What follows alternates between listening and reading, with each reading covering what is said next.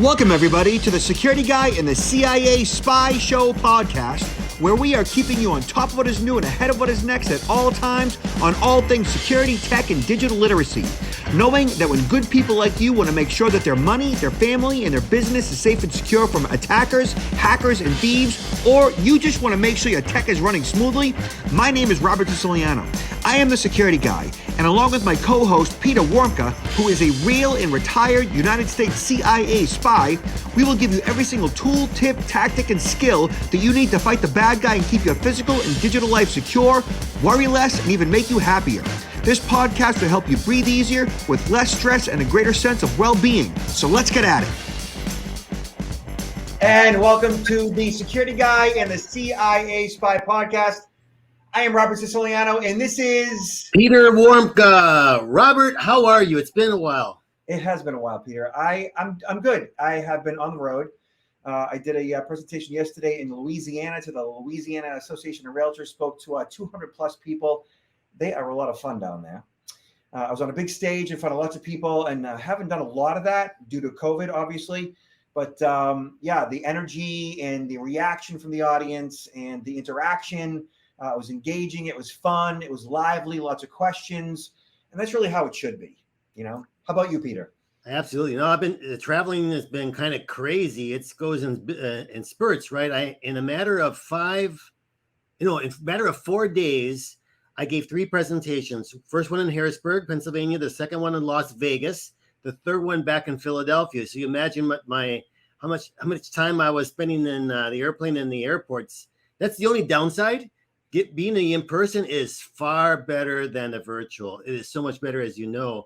But now we got to deal with the travel aspect, going through TSA, going through the airports, flight delays, cancellations, rerouting. My wife says, well, you asked for it. You used to complain about virtual. Now you got to deal with the travel. But that's fine. It's good.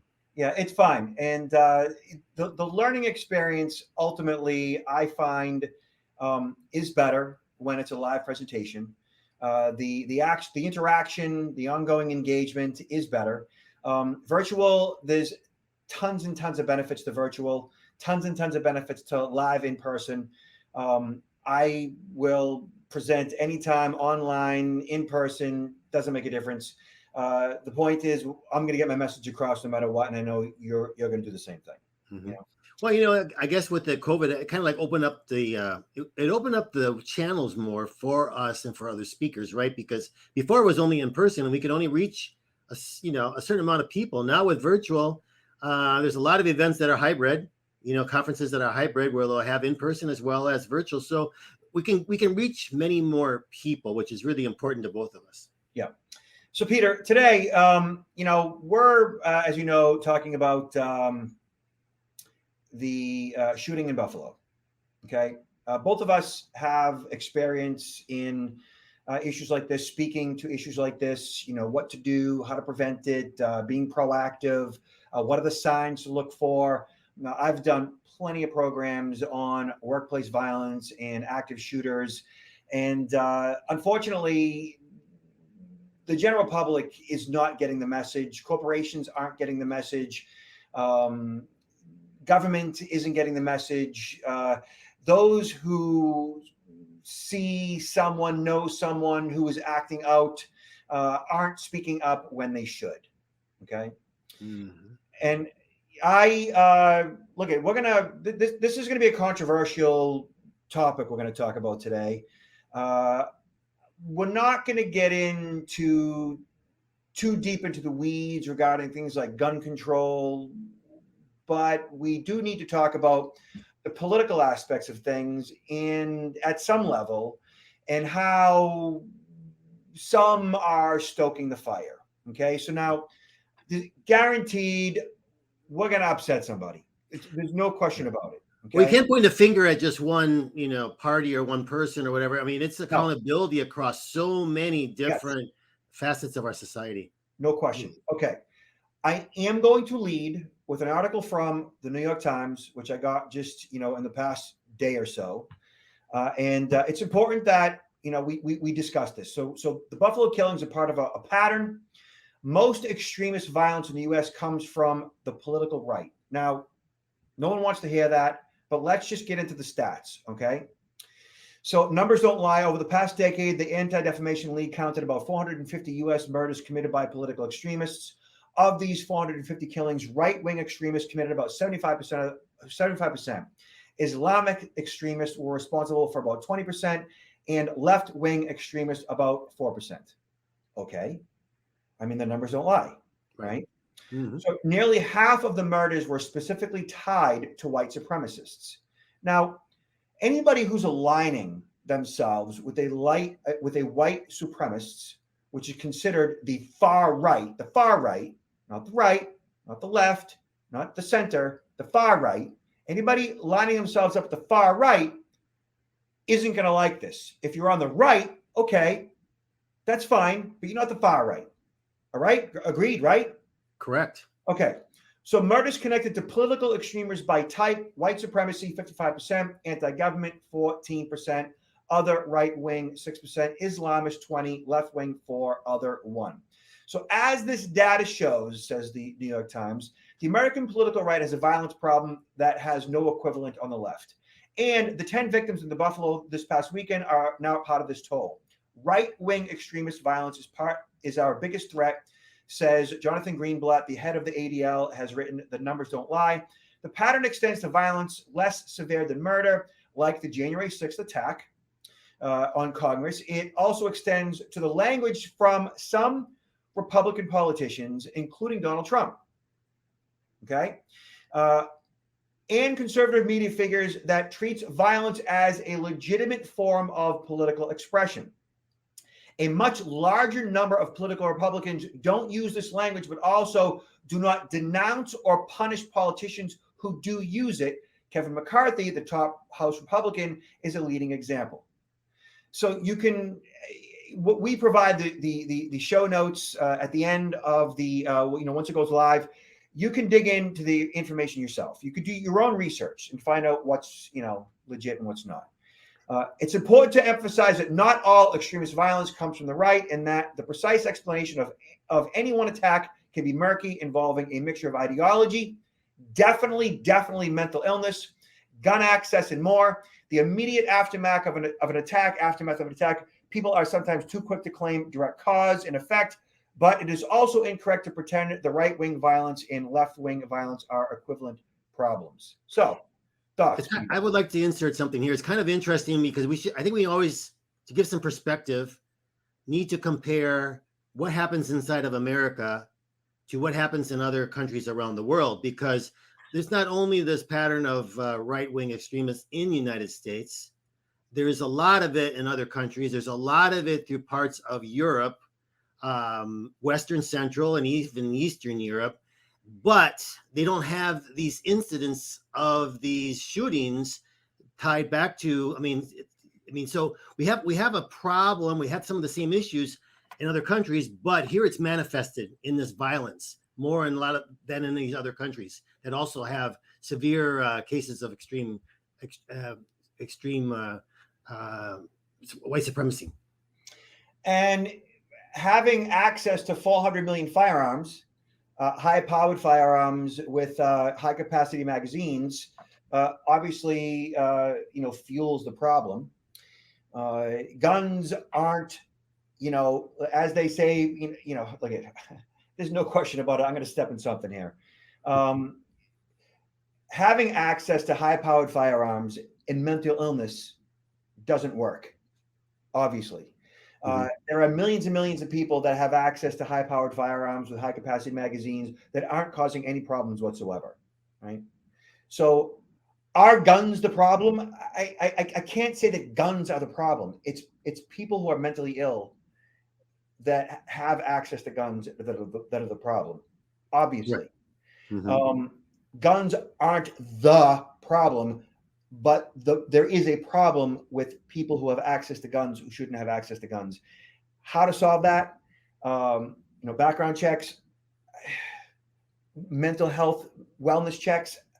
I don't know what the answer is. Is there the case of any mental health wellness checks for the issuance or maintenance of a firearm license? So they there is a red flag rule out there that and I don't have the exact language at my fingertips, and I apologize. That basically, if somebody is under having some type of a mental health crisis, that in certain states you can just go in and just take those guns away. And in this particular instance, even though this person was flagged locally, guns weren't taken away. So we're going to read up on that right now. Mm-hmm. Okay. All right. So right here, Yahoo News talks about copycat mass shootings become deadlier. Experts warn after the New York attack. So the 18-year-old shot and killed 10 people is the latest in a line of copycat gunmen carrying out deadly mass shootings inspired by previous attackers, right? So Gendron, who surrendered to police, apparently publicized his racist manifesto on the internet and broadcast the attack in real time on social media platform Twitch, and others have done the exact same thing. Twitch is owned by Amazon. This, of course, was a racially motivated violent extremism. Experts say the trend of mostly young white men being inspired by previous racist gun massacres is on the rise, citing recent mass shootings, including the 2015 attack at a black church in Charleston, South Carolina. And actually, on the perpetrator's gun in this particular crime, he had written in gray marker, Dylan Roof, who perpetrated that crime. Mm-hmm. Okay? Mm-hmm. So he obviously was motivated by Dylan Roof. I mean, most of these are they're actually consider themselves. I mean, they want to be martyrs for their cause, right? Because even this individual, he attempted to shoot himself before he was apprehended by the police. He probably assumed that he was going to die in all this, and that his name would be glorified and talked about for days and days on end. I mean, via the press. The press gives them an extreme amount of publicity, just like extreme. Think about the terrorists that go and conduct an attack. A lot of times it's also to terrorize people through, all this information coming out in the media. This is kind of related, really, when you think about it. Exactly. You're 100% correct. So other examples are the 2018 shooting at a synagogue in Pittsburgh, and in 2019, an attack at Walmart at a Hispanic neighborhood in El Paso. So Adam Langford, a criminology professor at University of Alabama, studied trends in mass shootings over time. His 2020 study analyzing victim data showed that the deadliest shootings, where more than 8 people are killed, had doubled since 2010 compared with the previous 40 years. It's clearly not just random. They are not people dreaming this up on their own. They are learning it from each other, he said. He added that they want to be like the previous attackers, who is a role model. That is like as awful as it gets. Who's your role model? Oh, Dylan Roof. Really? It's I don't know. I mean, I wasn't part of this generation of the gaming, but it's also, I think, an issue, because I think the generation that's really involved in gaming, a lot of these type of games that are ultra violent, people sometimes begin to be feeling a little bit numb, I think, to what this type of violence inflicts, and so I think it's a lot of these individuals. I think even this individual had a background extensively in playing certain video games. Now, when you make a comment like that, people are guaranteed to say, well, that's a dated comment. Like, they're going to say, like, you don't play video games. You don't know. I play video games all the time and I don't have a problem. Right. Right. Most people don't. Right. Exactly. But here's the problem. People are definitely some people who don't think like you and I do, who are unstable, become desensitized to violence based on the consumption of violent video games. And just they themselves, whether you would consider them, antisocial personality disorder, sociopathic, psychopathic, they don't have the same level of empathy, sympathy, guilt, or remorse as you and I do. And so a video game that glorifies violence, that desensitizes that person in such a way where it becomes a normal for them, and they actually engage and enjoy the process of shooting and thinking in the real world they would enjoy it even more, is a problem. Mm-hmm. Mm-hmm. Do 99.999% of people who play video games experience it in that way? No, but some do. But you can't blame a video game. No. But you definitely have to look at some people who experience this process of playing that video game and what the outcome is. I learned a long time ago that we as human beings, we become what we think about.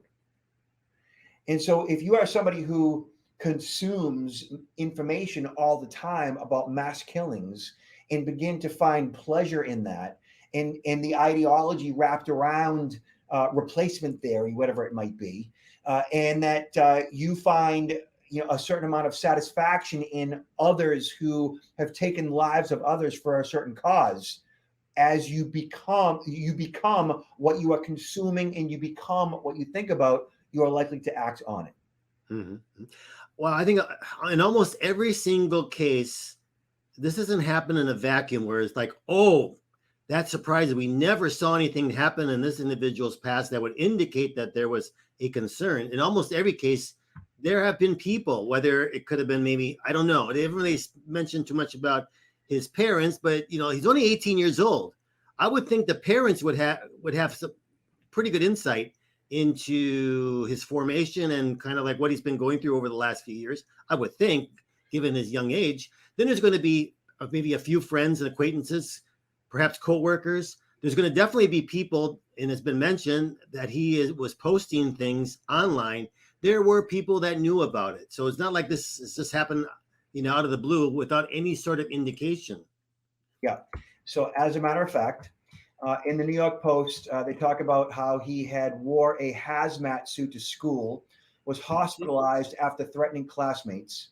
The Buffalo accused teen mass shooter once wore a full hazmat suit to school during the pandemic and was later hospitalized for a day and a half after threatening classmates. State police had brought the 18-year-old in to a local hospital for a mental evaluation back in June of 2021 after he made a generalized threat of violence against the school. They didn't provide details about the threat, but a government official previously told the Buffalo News that he had made statements indicating he wanted to do a shooting, either at a graduation ceremony or sometime after. After making the threat, he went to a local hospital. He was there for about a day and a half, evaluated and released. The teen was not on the radar of federal law enforcement, even after writing a 181-page race-hated hate manifesto online at some point during detailing his murderous plans.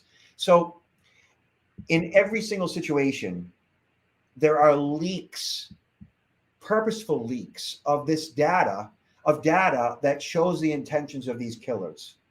Mm-hmm. They always act out in some way. They tell friends, they tell family, they tell classmates. They cannot not leak it. They want people to know about it. Generally, they're not completely silent about it. Like, they're putting it out there for others to hear them. They want validation, Absolutely. Mm-hmm. And as a mom and dad who see their son going through mental health issues, and he says that he wants to, commit a mass killing at graduation, and he still has guns, parents who don't engage are in denial. We've talked about this before. We've seen this. If this man was actually a child, 17 and under, it is likely at this point his parents would probably have been arrested at some point for providing their child with a firearm and not doing something about it. Because we're seeing that more and more. I think unfortunately in this society, so many people, whether it's people or organizations, tend not to want to get involved beyond, what they necessarily have to get involved. They don't want to get involved unless there are consequences for not doing something, if there's like liability. So if there would be, however form that takes, whether there be liability, on the parents in some cases, or on the seller of a particular gun or ammunition, or liability of a judge that maybe released somebody, or liability of someone, a mental health professional that maybe didn't do what they were supposed to do. I don't know. But I think, unfortunately, until there's more liability issues addressed, they're not going to get involved. And it really takes all of us to get more involved. And it really does take, a village, as they say. when you see something, you say something, as the Department of Homeland Security says. And when you recognize someone is coming undone, that, and of course, if they have access to firearms, if they are expressing threats of violence in some way, definitely get involved, definitely say something, definitely drop a dime. Even if it's somebody that you love, somebody in your own family. We've seen plenty of stories where, moms have turned their sons in, and congratulations, to them for having the gall to do that, the courage to do that. Gall not being the right word, courage. It really does, boil down to taking action, even if it's painful. Robert, do you know whether or not the answer to this question is hate speech a crime in America? I think hate speech is not a crime. I think threats of violence are. You could say something hateful, but you can't make a threat. Mm-hmm. Like you can say, I, hate you, but you can't say, I'm going to hurt you. Mm-hmm. There's a difference. In either case, though, I would think that with a lot of these, social media platforms today, have these filters in place to be able to identify a lot of this very quickly. Now, what action to take. That's why I ask you, is hate speech a crime? What action? I mean, I'm sure if that was provided to law enforcement officials, there would be literally hundreds, if not thousands of, cases or stuff popping up on a daily basis. And, where do you go? But I mean, it seems to me that a lot of that information can easily be pulled up instantaneous on some of these sites and potentially reported. Yeah, and it is. There are law enforcement officers at all levels that are monitoring this. There are tools that social media has access to that monitor this. The unfortunate part is that you have probably tens of thousands of people just like this Payton Gendron that are planning an attack, and I would say tens of thousands. That may or may not follow through with it. Maybe hundreds follow through with it. And I would say maybe dozens are thwarted. Mm-hmm. Right? Only a few are thwarted compared to how many actually are, actually follow through with it. So here, MSN talks about a new generation of white supremacist killer shedding blood with internet winks, memes, and live streams. So bored during the early days of the pandemic, he logged into the 4chan message board website to browse ironic memes and infographics and spread the ideas that the white race is going extinct. He was soon lurking on the web, even more sinister fringes, scrolling through extremist and neo-Nazi sites that peddle conspiracy theories and anti-Black racism. It wasn't until he spotted a GIF of a man shooting a shotgun through a dark hallway and then tracked down a live stream of the 2019 killing of 51 people at 2 mosques in New Zealand. That Gendron appeared to have found his calling as a virulently racist copycat mass shooter with a craving for notoriety. He found his calling. He found his idol, right? The 18-year-old from New York, suspected of killing 10 people, appears to represent a new generation of white supremacists. They are isolated and online, radicalized on the internet memes and misinformation, apparently inspired by live streams to find fame through bloodshed, much of it propelled by convoluted ideas that the white race is under threat from everything from interracial marriage to immigration. Mm-hmm. What is the problem? So we have an integrated society. What's the problem? Let's see what the problem is. Robert, I just thought about this, but it would not surprise me, and I'm not saying that this is the cause of this, but something that's maybe pours a little bit of fuel on the fire. If you were, and my background, right?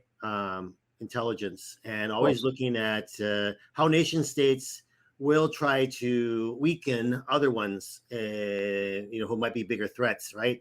So here in America, we have the case, with concern about Russia, especially these days, but Russia for the longest period of time, and China, where they do get involved in I referred to this before as active measures, trying to promote certain causes and create divisions within societies. And this is one, and I'm saying that they necessarily establish the forum. Maybe they do establish some of the forums, but they can foment them and add fuel to the fire of these these forums where people are exchanging these extremist ideas. You have some of these state actors like Russia, and you have some of the terrorist groups out there. Maybe they disguise themselves not as jihad, but they can easily via the internet get into some of these groups all as well. And it's also the same cause. At the end of the day, they want to destroy Western society, West democracies, and so you could have these type of individuals also who are engaged in trying to promote it. No one talks about that. And if for a recap on what Peter just said, so those of you tuning in, that was said brilliantly, Peter. So essentially, countries like Russia and China and others would love to see us all kill each other. ISIS would love to see us blow ourselves up and have a civil war. And so when you have somebody like this 18-year-old who's online at some of these fringe websites, it's likely that foreign nations are integrated their own people, their own extremists, their own people to fuel the fire, to encourage this kid to pull off what he did, and to help him in the process, and to provide him some level of gratification that he in encouragement to do what it is that he sets out to do, to add fuel to that fire. I remember, during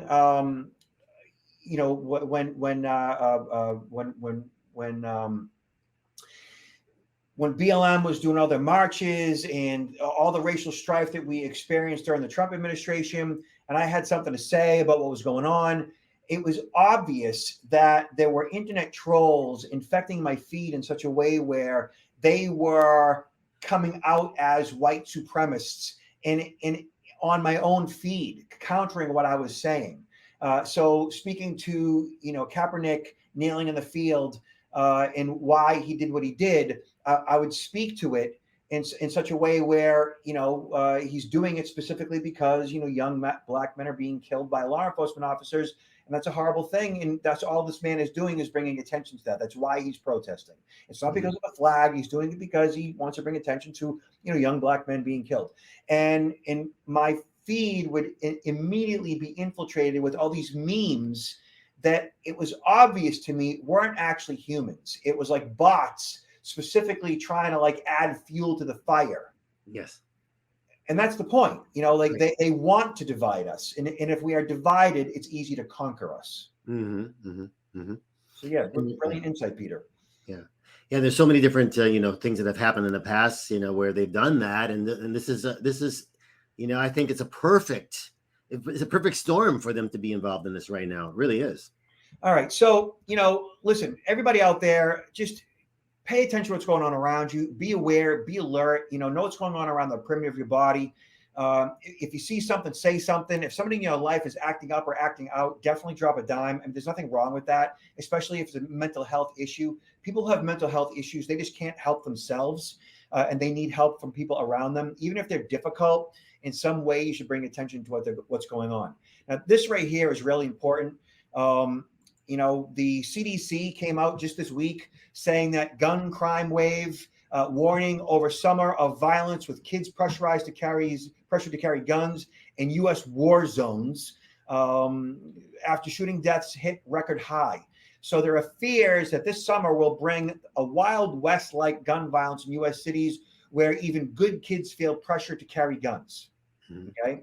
This feeling of an impending storm follows Monday's CDC analysis of shooting deaths during the pandemic, which reached levels Americans haven't seen since 1968 and disproportionately impacted Black men.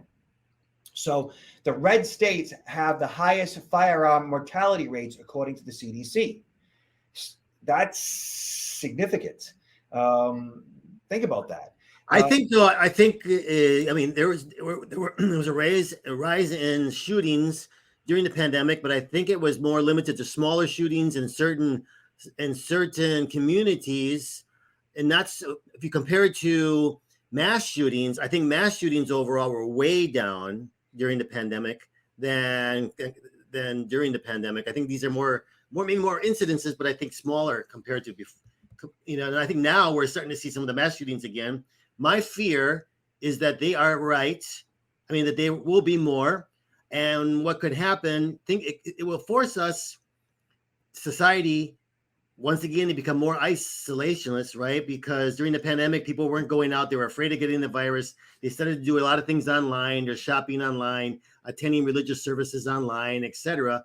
If we get to the point, I hope we don't, but there's that danger that with increased amount of mass shootings, people are going to be afraid to go to the mall. They're going to be afraid to go to Walmart. They're going to be afraid to go to the stores. And they might say, well, I'm going to order this online. I don't want to go out into these places where there's going to be a lot of people. I mean, I hope that doesn't happen, but there's always that risk. I'm not sure I agree, only because I think that people are just so hungry to get out. Mm-hmm. You know, there is definitely going to be a part of the population that will be afraid to leave their house, but I just think that people are just going to get out. We are social creatures, and the other part of it is, like, people say it can't happen to me, so they function at a level of denial, which actually, like, is a survival mechanism. So that remains to be seen, right? So It says that firearms were involved in 79% of all homicides in 2020, a 35% increase from 2019.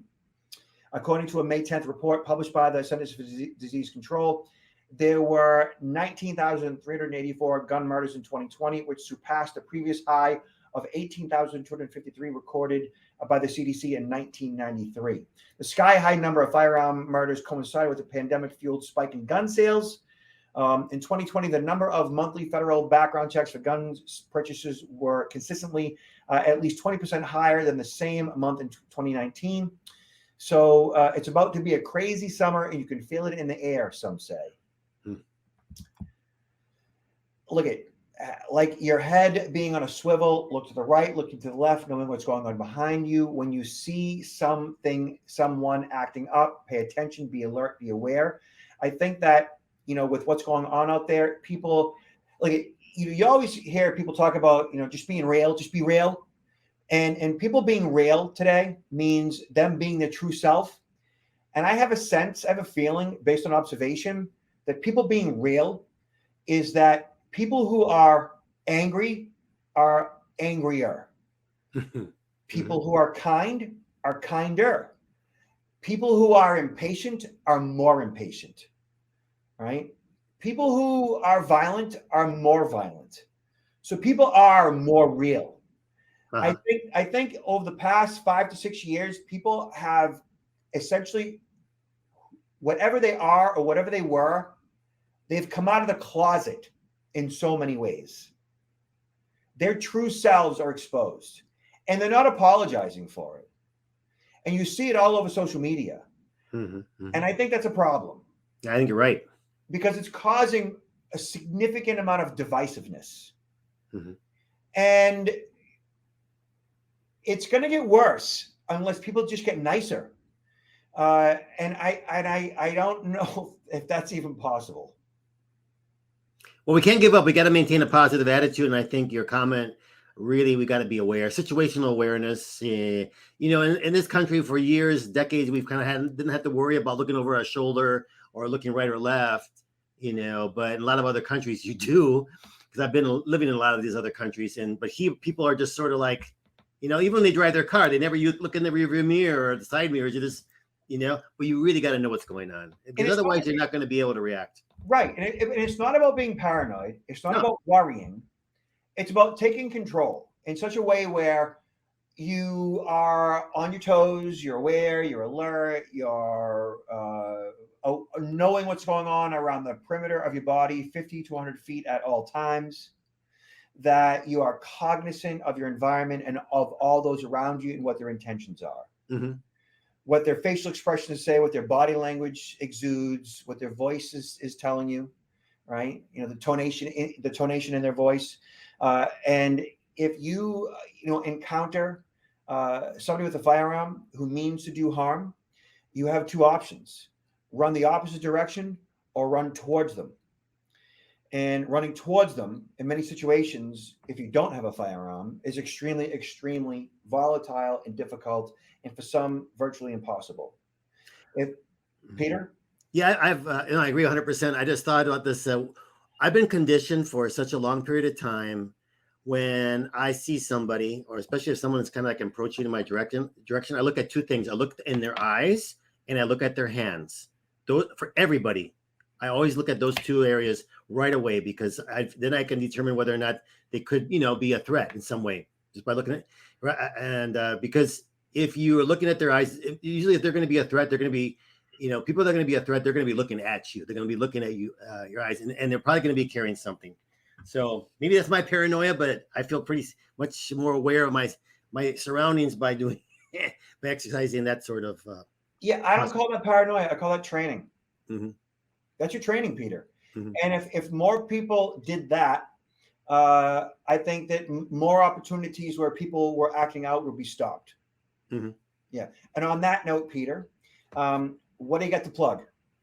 Well, as you know, doing a lot of travel is really picking up, doing a lot of presentations. I always love to plug my book, Confessions of a CIA Spy, The Art of Human Hacking. It's really, really doing well, to the point of I'm in the process of having it translated into Portuguese, and I'm going to release it in the Brazilian market a little bit later this year, and look for other ways for promoting it. But yeah, it's my biggest plug right now. All right. And you can see me and my team online at protectnowllc.com. Again, that's protectnowllc.com. And hey, everybody, just be nice to each other out there, and we will talk to you soon. Take care. Thank you, Peter.